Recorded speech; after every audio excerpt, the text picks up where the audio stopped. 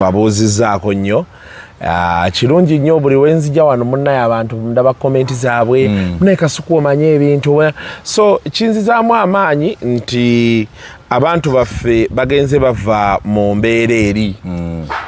ey'ekisiru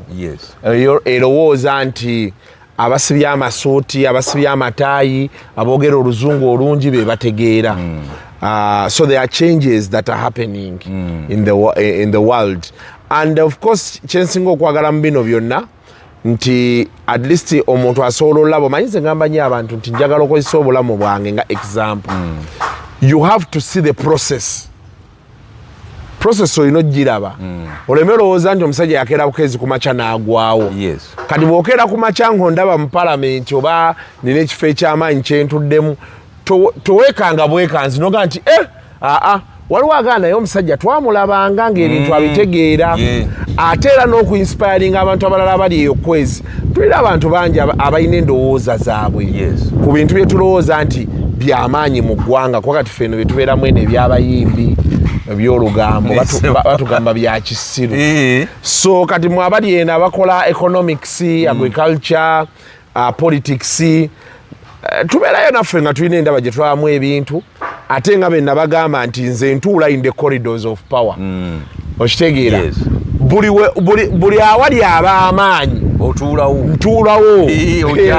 lwakuba nti kati oluusi era oluusi kali akalulu waliwo akalulu kali akawedde nagenda eyo waliwo abasajja awo mirundi be yali akuba ennyo betuuka mu meeting naga nti bano ba Luganda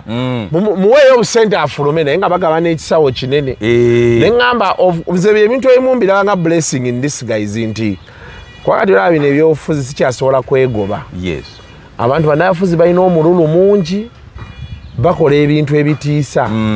kwesti y'okusigaza obuyinza abantu ebintu bye bakola okusigaza obuyinza kwezi tobimanyi wati wandibadde olaba MP n'olowooza MP yandyagadde okutta omuntu oba omusibisa lwaki kifo kibeeramu emyaka 5 kati omala kuyingira mu palamenti eyo ne bakubuulira ddiiru ezitambulira awo n'otegeera nti kino abasajja balina obuyinza balina sente etambula okitegeera so naye nga kirungi nnyo kyanoyo kyennyambyeko nti nfuna abanakkubira wateeseza bulungi nali simanyi nti ekyo okimanyi mbeera mbimanyi but of course n'abantu okukkiriza nti nga begambye wali nti si baamasuuti n'amatayi bokka be bategeera naffe tutegeera naffe tulaba ebintu ebigenda mu maaso be tubeere in the corridors of power tumanye ebintu so etufuna omukisa bye tusobola okwogerako ne tubyogera bye tulaba nti tetujja sobola ne tubyesonyiwa ne tugenda ku kirala ate of course n'okulaga nti waliwo enkolagana ekyo kikulu onkyaza naye nkukyaza era bwe kiri obulamu ne bugenda mu maaso kwezi ne tutambuza embeera yesebo ate tamala emirundi we yava munnange tulina kwekunganya ffekka nali nkugambye naye ndowooza nali nkigambye ku Kasuku live twetuliddamu okusinkana ndikubuulira engeri gye tambala emirundi bwana bandoosezza omulundi omulala naye tannakuloosaayo ekyo ndikikubuulira nga ndi ku Kasuku live tujja kukolayo episode nga ya birooto bya tambala emirundi wali ongabe n'okumbuulira Ssejjerinnya Ssejjerinnya munnange yagaana okusaamulota ndowooza teyali munno nnyo tetwabeera ffenna kutuuka kumulota saabeera naye nnyo kati ono omusajja yagendayo ku malaalo ge anti kimbadde njagala okubuuza nti nno kadi wagirabye baagigabye kadi nagirabye walabye ensereko bwe yazirise Luwemba yagenze ku malaalo n'asaba ddwa buli kimu mukulu Kasuku ekyo kituwa kyakuyiga ki ebintu bino ebyobufuzi kati ekisooka kitutegeeza nti omuntu olina okuwanika omukono kyekisookerwako you need to stand and be counted ekyokubiri kitutegeeza nti ebyobufuzi politics does not look in one direction politics ali dynamic akyuka interest z'abantu kuviira ddala ku mmwe abalonda n'abali mu buyinza bikyuka buli lunaku kadi eyo giwa Nalukoola kirina kye kyatulaze Nalukoola yakasala okuva mu DP naye Nalukoola amaze nga mukwano gwa pulezidenti wa Nuupu. Yes, era mu kutandika be bamu ku basooka omuwolereza mu kooti ne kanso wa Mary n'abalala. Yes. Kimu. So he has the trust of the man. Ekyokulala kikulaga nti Nuupu ng'ekibiina batandise okuweta. They are taking a turn. Nti bagezaako abakubi b'enduulu ne bagezaako bwe baali balowooza nti okitegeera ne kigaana. That is what I pick. Tikirabika okuba baalabye nga tekijja soboka nga batandise okutransforminga okuva mu bafuutu soja okukomawo mu balambazi b'amasuuti kisoboka.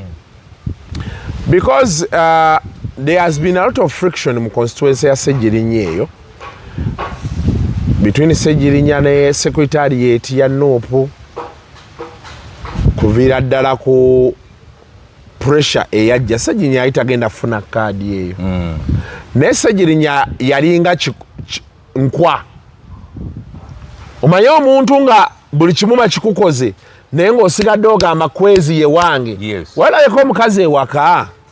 kati waliwo bano abawala abatannaba kufumbirwa. Nze kati nina abawala bangi bemmanyi abali mu bufumbo nga kulemerako lo ye yabalemezaawo.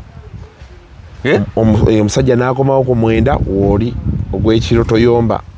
n'omufumbira n'omuwa emmere n'omukola buli kimu n'ayenda n'azaala ebweru gwe wooli. Gwe kyogoba okikola ki? Okimanyi. Ogenda olaba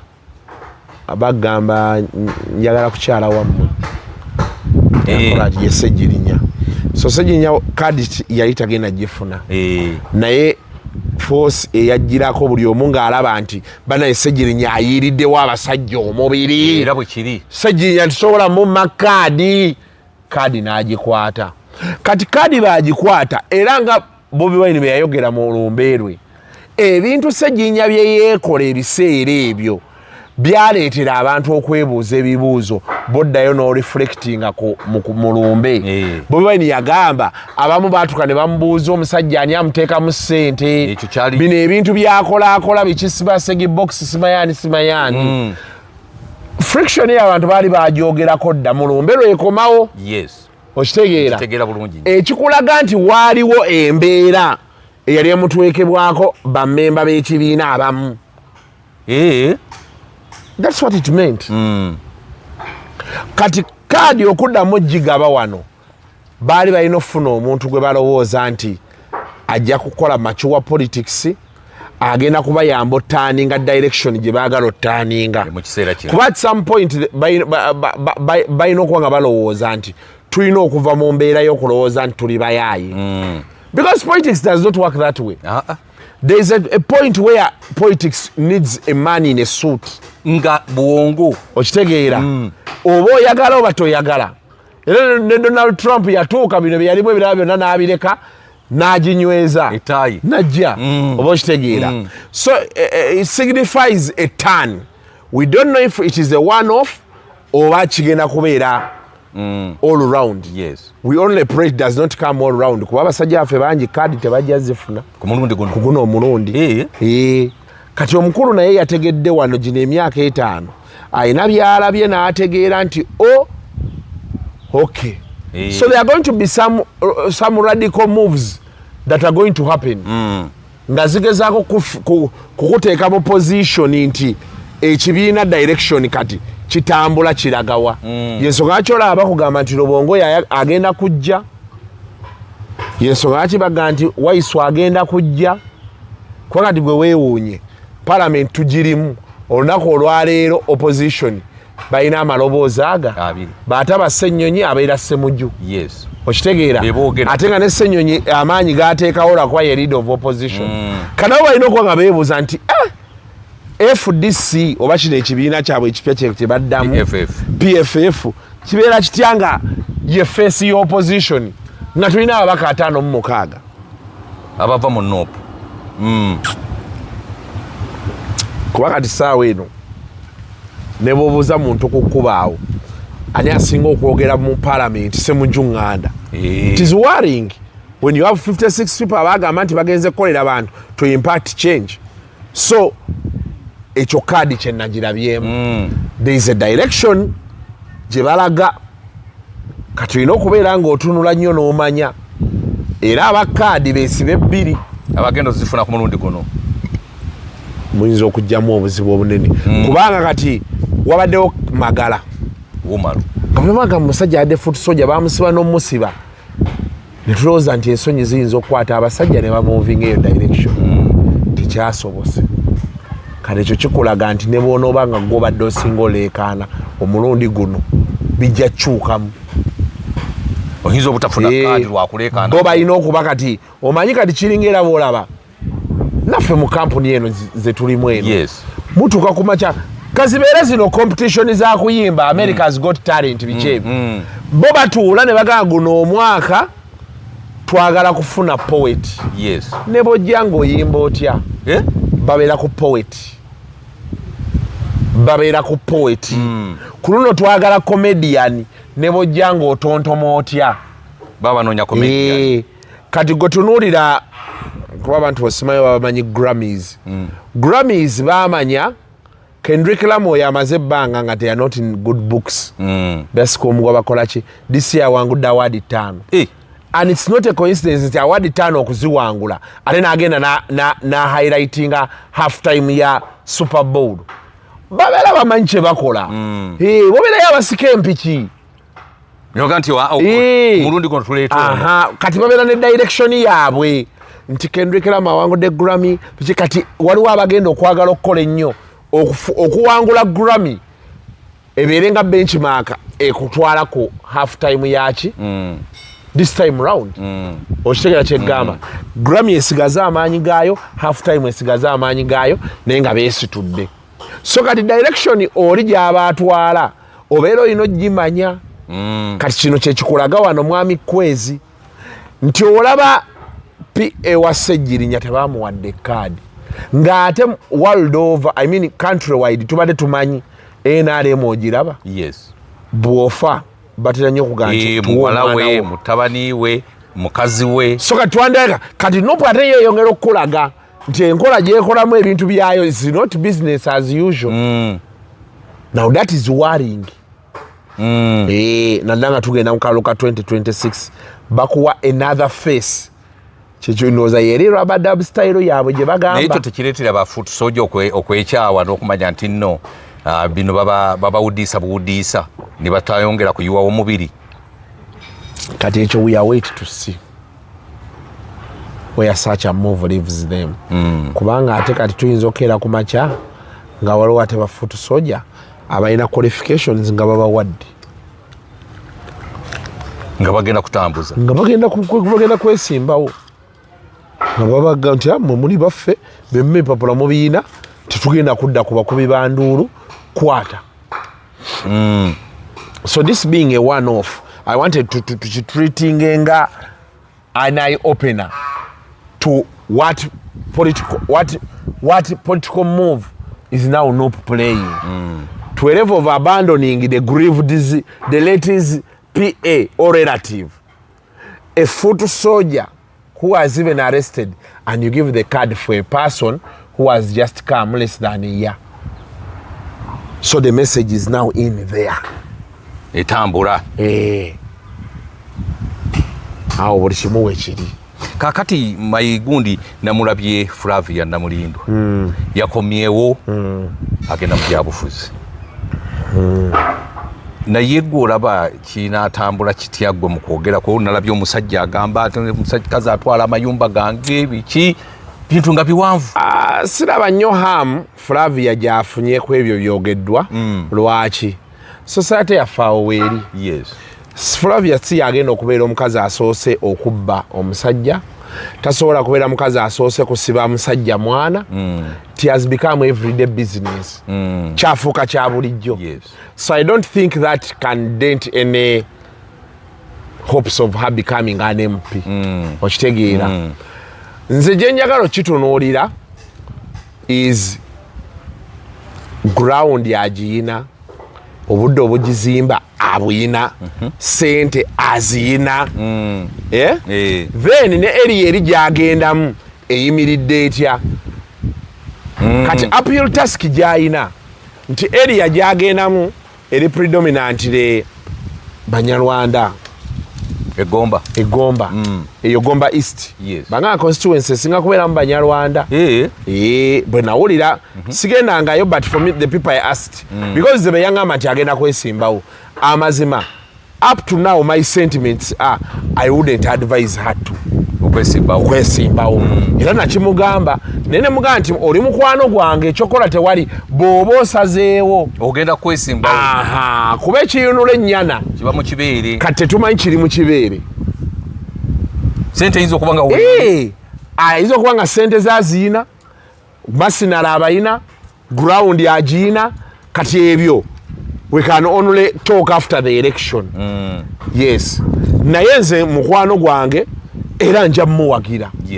okitegeera however she knows my sentiments. I told her I don't support her coming into politics. Muntu abadde mu America okujjako nga America ekulemye ngeganye naye tewali kikujja America negayi gwe nasanga ebungereza eyo nangamba agenda kujja kwesimbawo eyo mu Western nagira kadi ya NRM naye yangamba muzeeyi we wamaanyi mu State House they are willing to fund everything and you know kati yo ne mugamba jangu kuba ye omugongo is going to come show face win or lose. If he loses naddayo ebungereza, if he wins business as usual ate mu Western gyagamba era it's a predominant NRM area okitegeera so kati ate wano it's a predominant NRM area. I don't know amareye yenkanachi to attack the area, but people have dreams, people have goals. Nkalulu akawedde we wrote off Hildaman, he won. We wrote off Geoffrey Lutaya, he won. Who else? Nekala Wangabe yali ajja ogusooka we wrote him off. He won. Kati kino kisanja kyamalako kyakubiri. So buli muntu agenda agezeeko. Agenda n'agezaako n'alaba. Bwe kigaana naye myayo restel people bakwano bange era ne Flavia be yankubira essimu n'angamba ajja ne mwa Flavia nze mu kulowooza okwange tewandize because of this and this naye nampa ensonga ze ne mubuulira mullo nti nze nja kuwagira nze kana akalulu akajja kwezi sigenda kubeerako nti NRM ba FDC oba NOP ngenda wagira mikwano gyange because that is what politics is all about. Yes, mikwano gyo gosobola okukonkona n'omuga nti owange kiki kino webale twagala naffe kwezi olaba abasajja ba NRM balina ekintu kye baatandika ffe tekikiraba baatandika dde oteekawo abantu baabwe abadda mu kintu nti oba muhoozi oba ani yenna okay now General Muhoozi is most likely to come into power. Abakadde bonna they will go with President Museveni. Ojja balaba era kana akalulu ketujjamu bano balusima abalwanyi batwalwana sima ekintu kyaffe abasinga tebajja kujja because they know it very clearly the chances of President Museveni coming the other year asirimu ate era ne bwana abazze ng'akyaliwo ng'ali mulamu ajja kubeera nga tali solole in charge, ajja kubeera head of state naye nga barunning affairs bantu balala nnyo. Yes, so singa awangula kana akalulu era ojja kulaba nti prominence ya General Muhoozi egenda kubeerawo n'abantu be bajja tandika okugabagaba abantu mu bifo. Kati naffe eno gye tuli tulina otandika okuwagira abantu baffe bagwe mu bifo okitegeera nti kwezi olunaku olwaliro be mankumanyi bojja n'ogaa nti bakuwadde obu executive director wa KCC obwagala obulwanira endulu tulina zikubira ggwe ekwezi ogwe mu kifo kituufu. Kwezi anaŋŋamba nti Kasuku nkuwaddeyo obulango kubanga akumanyi naye kati mu parliament speaker simumanyi soogerangako naye si wuwo taye bwabe twesanga akyali mu bine you will come to my office kati n'olyoko oyagala omunoonya tomufuna abamwetoolodde nawo bakyalibo tebakukkiriza mulaba baleetawo story era kati nze benfuna omuntu ajja okwesimba ku deputy speaker nga mumanyi kyali wange gwe nja owagira Ekyamayinja okujja Makinde East okirabye oti ajja independent lwaki tajjidde ku kadi NRM anti NRM si kibiina ki si kyawagira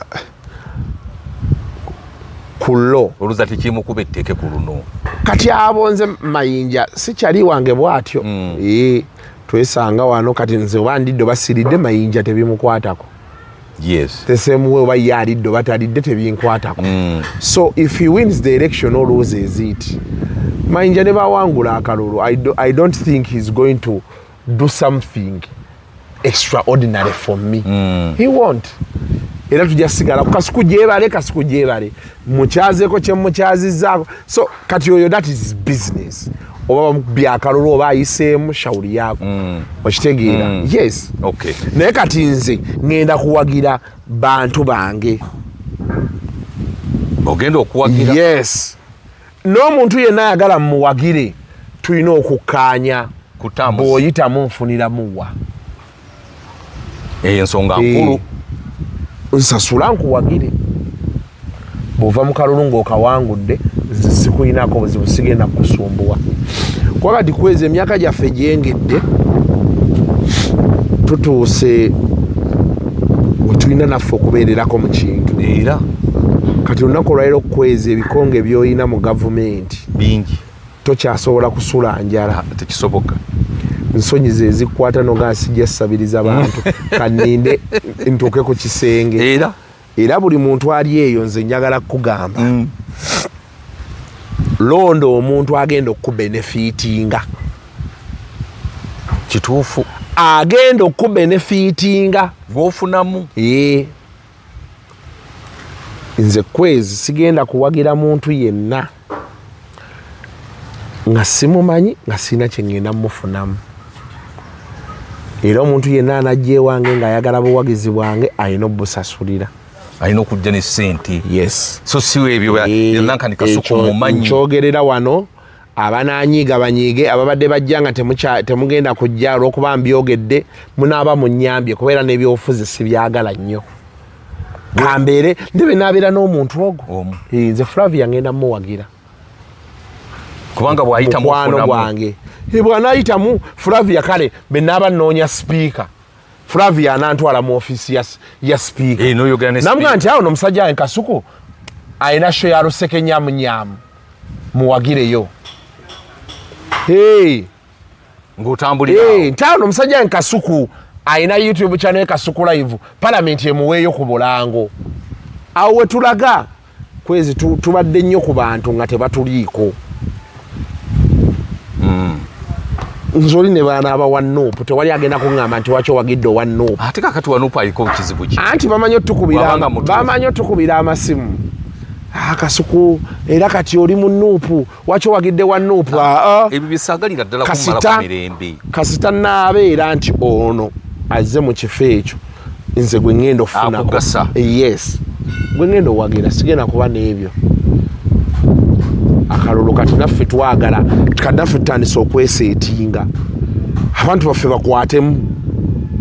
naffe kwezi tukwatemu kuba kati kwezi kyali wange bw'ayitamu agidde kadi ye NRM bamuwadde obwa minisita ya tourism n'aŋŋamba Kasuku nkukwasizza Uganda Tourism Board buli campaign ya Uganda Tourism Board bakuwa obulango kuba nze siri wakwogerera the numbers don't lie ekikyo kyeyogerako kyokka omwezi Uganda Tourism Board ne beba empayo $5,000,000 kibiiki mba nalimyewa naye kati saawa eno noonya omuntu gwe mmanyi mu Uganda kati UNEB yafulumiza ebibuuzo tetubitegeera they have a budget they're supposed to do PR bakyali rigid bakyalowooza ku TV na radio ne batamanya nti abantu baavaayo dda abantu bali ku miggi n'emikutu egyaffe kati saawa zino singa tubadde tulinayo omuntu mu Ministry of Education gwe tumanyi senga bagenda tuwa bulango bino bye bareleasinga results muntu yandibadde asasula airtime okimanyi nti abantu kakati tebamanyi na bigezo bino byafulumye engeri gye bitegeeza ne kati wano ne boolekaano ddamu nti banaye mujje ku Kasuku live mujje ku Kwezi Media Group tulina numbers abantu mubannyonnyole era enjawulo bagenda gitwalira TV na radio kwe bali bantu baabwe gye bagenda obbawaako kati naffe tulina okufuna tebajja. That's how Uganda operates. Kati naffe tulina otandika okuwagira abantu abaffe batandika okwekwata ebifo naffe tutandika okufunamu kuba kwezi tunagenda tusabiriza buli kiseera naffe tukoowa olina platform yo yiino oli akuleetera obulango wa miliyoni 2 omwezi okimubaleko kwezi ogambe nti nange awo wentambulidde. So kati ebyobufuzi awo webiraga nze abantu bajja kwogera bye baagala kati ebigambo tebikyalina kyebinkolako ate kati waliwo aboogera nga sikyabaddamu because you see you make noise for me, I'm eating, I'm drinking, you're giving a bogus opinion. I don't listen to you. I don't want the rubbish, I want the nonsense nga ngenda kukiddako. So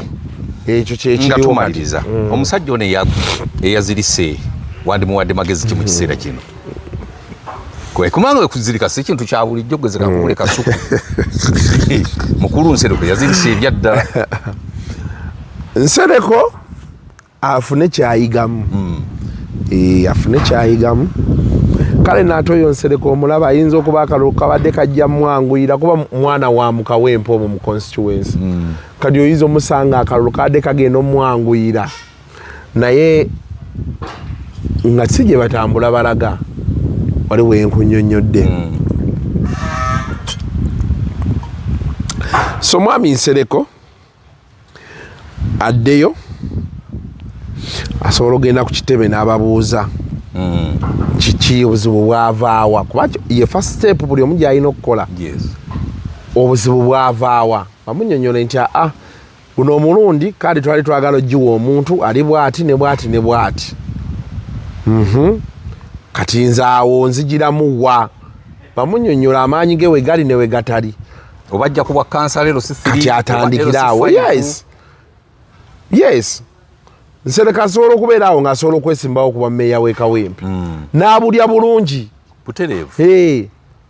So alina just kuddayo neyeekuba mu ttooki n'abuuza bali abantu kiki ekyannemesa kuba bagambye yayadde wakusatu yaddiridde yasembi I don't know. Just addeyo alina kati kwogera n'abakitebe bamala ekyo yeebuuze ku bakyaliba abaali bamugambye oba bawagira idea ye ey'okujja okukima kadi yeesimbewo ababuuze kati tukoze tutya. Sometimes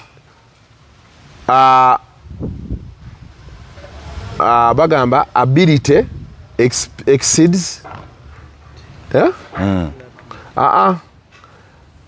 okubeera nga oyagala ekintu desire exceeds ability. Oyinza okuba ekintu okiyina naye nga okyagala naye nga tosobola kukifuna okitegedde. Osobola okuba n'omukazi ngo ali awo omwagala galaavu yo giyina naye nga tolina ssente zigenda kukola ki mutuukirira. Kati mwami Nsereko ayinza okuba nga desire exceeded ability. Addeyo finding out. By this is the only thing I can tell him. I wouldn't advise him to come independent. Yes. Kubanga ajja kwongerwa ate okufa. Ate munaye kati Nsereko omulaba oyo mu by'okusaaga ani ne Ssegirinya yali bw'atyo nga Nsereko. Kati sebo muganda wange oyo Alex Muhammad ogenda ku malaalo goloza ayitamanyi kyakola yali akusigaza mu image ya Ssegirinya yennyini okitegeera a very unserious person in character naye ng'ate yamanyi gy'alaga era ssebo omubi n'ebyokusaagasaaga oyo omwana ayinza oveeyi ne yeesimbawo nga yeekola ebyo ebintu n'ali akalulu kituufu nga that is the nature of the people in the constituency because Latifu yabakuba emyaka 2 constituency yakyukako ki nga bakulu omwana n'afubutuka erimu ebyo ebintu ebyekisirusiru ebyo simayazina adde n'akola bwati akola bwati endongo n'eryoka evugira okwo kati goloza Ssegirinya yabagamba ki ekyabate segiboxi malwaliro biki n'abikwata n'abibakolera ne bategeera nti Latifu bw'aba teyasobola bitukolera myaka 2 waki Ssegirinya asobola obikola mu myezi 6 kati ayinza obeera awo ssebo n'akayingira n'akalya kwojjukira naye yali ayogera Nsereko boxi byani ebyo kyekimu noono Alex sawa yona akaluwa kali asobola ddala bulungi if that is the nature of the constituency. Omanyi waliwo constituency ezimu nga bo kati okimanyi nti mu byobufuzi waliyo constituency nga tekutwala mirundi ebiri. Ekituufu ng'ekyusa yo nga tekutwala mirundi egi ebiri nga bula constituency ya Nabakooba buli season ekyusa batera nnyo okukyusa tebatera kutwala muntu mu parliament mirundi egi ebiri. Waliyo constituency nga yo omwana weeka gwe bawa. Waliyo constituency nga bakoowa government nga bo ne bw'olikola otya ne bw'oli bakolera ki bo balonda opposition. Yerubaga North okitegeera kadde wabawo constituency nga y'abasiraamu constituency nga y'abakatuliki kati ne bw'ojja nga oleekaana otya nga gwe oli mu katuliki nga constituency y'abasiraamu tebali kutegeera kati ne wabawo ne constituency nga yo erimu ebyo bya kisiru ng'erimu ebyo ate wabawo constituency ezimu n'ekwewuunyisa kati olaba abantu bayinza ogamba nti Kazibe Bashiru talina kyakoze. Kazibe Bashiru n'addayo mu parliament tasobola kulinnya Kawempe mwana muganda wange nze akubuulira olaba n'ennyanzi yagyesooka ng'amanyidde ddala nti oli talina gy'alaga kati anti ate bw'anaagendayo ne bakamukuba anti bye byenkunyumira ku constituency bayinza okukamukuba FDC eyinza okuteekawo omunyagwa n'adda mu kalulu n'akalya munyagwa n'akawuuta ne weewuunya nokati yeye ate munyagwa nti bano be twabawaamu tebaakola katukaddize munyagwa owaffe okitegedde. So ebyobufuzi bitambula kati yensonga lwaki ngambye nti Nsereka alina okuddayo ne yeebuuza obuzibu bwali ki then atunulire n'abalonzi kuba kati Kawempe North sinene nnyo asobola ogiyitamu ati n'awulira amaloboozi g'abantu gagamba ki.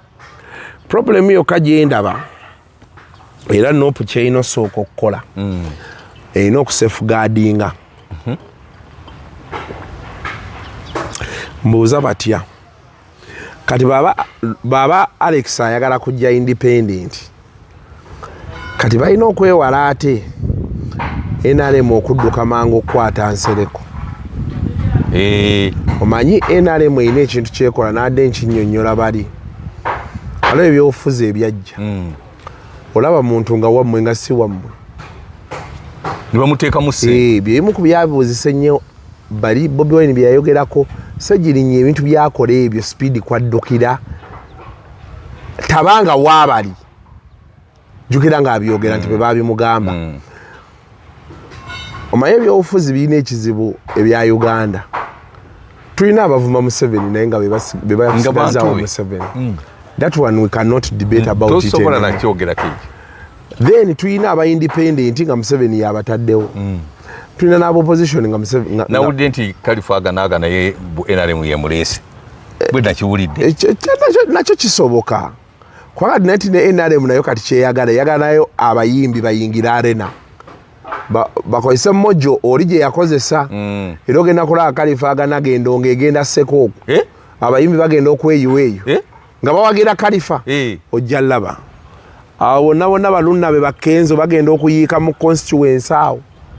ekintu kibugume kati nupu kyerina okwewala bakandidate bangi okuyiika mu kalulu kuba tejjukira waliyo wa NRM omukyala ali official bwe bagaa nti naye ku ground kwali simanyi butuufu bwakyo Nambi kati Nambi ali ati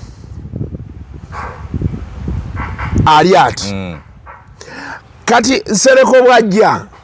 Alex najja oli najja ne bana abalala bagenda okujja tubeera awo shasha constituency bagitwala NRM ekatwale kati ba players awo naddala Nuupu ng'eyagala okuretaininga constituency eyo erina okuba engezi ennyo akalulu ako kagenda kuba ka bulabe nnyo ojja kumbuulira era n'okkalangirira kayinza kuba ku mudumu gwa mmundu okkalangirira kati yensonga waki wali nagaye nti Nuupu yasayiningisa kikyadonga nti basayininga kirwali twogerako before nti tojja independent byemu ku bye baali ba safeguardinga kuba yo NRM ekolera mu buvuyo okitegeera mwe mugirira we muti yongeyitawo era senga right now basesinga nga kalifaizo obutaba n'amaanyi mangi tewunya nga waliwo omulala azze naye n'agamba ekifakyagala ne babeeraawo bagenda nga bakutula obululu bwe batyo ogenda omumaliriza nga NRM abalidde kale bwetyo bwe ntambudde ne muganda wange Kasuku tujja kubawaayo akantu omulundi omulala nga tusisinkanye mubeere bulungi mweraba